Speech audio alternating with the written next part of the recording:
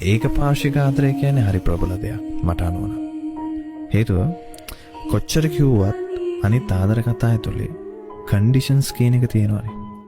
මම ඔයා ගැන හොයලා බලනවා නම් ඔයාලට පුළුවන් වෙනවනේ මං ගැන හොයලා බලන්න. මම ඔයාට කතා කරනවා නම් ඔයාලට පුළුවන් වෙනවනේ මට කතා කරන්න. ඉතින් මේ වගේ කන්ඩිෂන්ස් එක්කනේ සාමාන්‍යයෙන් ආදර කතාවක් දුවන්නේ වුණාට ඒක පාර්ශික ආදරය ඇතුලේ one side love. මෙතන තියෙන්නේ එයාට එක වචනයක්වත් එක මොහොතක් පුංචි පිළිගැනීමක් අඩුම ගානේ අතින්වත් අල්ලන්න නැති වෙන්න පුළුවන්.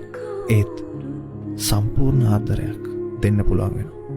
මං හිතන්නේ ඒ අයගේ හිත සහ ඒ අයගේ තියෙන ආදරේ මාර ලොකුයි. ඒක හැමෝටම කරන්න පුළුවන් දෙයක් නෙමෙයි.